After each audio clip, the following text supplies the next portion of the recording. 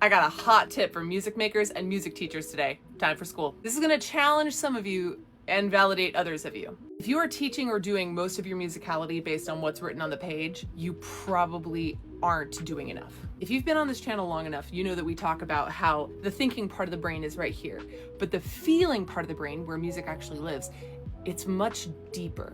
In order to play with like real, true musicality where you are feeling the music, you have to actually engage that middle part of your brain, and looking at the page and seeing what it says, it really mostly engages this part of the brain. So if right now you're like, I don't know how to teach how to engage the middle, or I don't really know how to engage my emotions while I'm playing, I've got something for you. Synesthesia.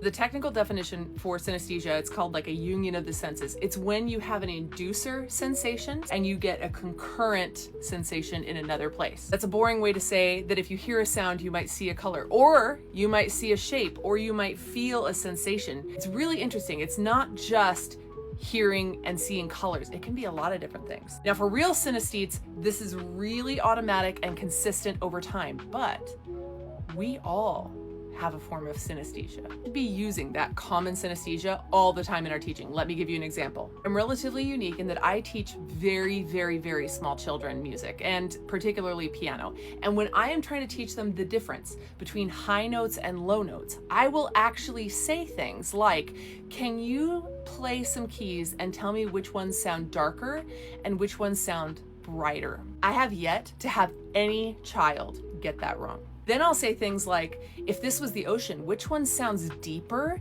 and which one sounds higher? I always get it right. For some studies on this, tell me which one looks like mal and which one looks like mil. Tell me which ones look like Takiti and which one looks like Maluma. This one you might know. Tell me which one is booba and which one is kiki. So if you're thinking to yourself right now, yeah, that's what phrases are. They're showing us these shapes. Yes, but you will get a more natural and more profound musicality if you start with the natural musicality first. Play the piece for them and have them identify when moments start and when moments end. Really have them dive into event perception, which is universal and which really builds musicality. I would love to hear how you guys teach musicality. I'd love to hear your techniques and which ones works, and honestly, which ones haven't. See you later.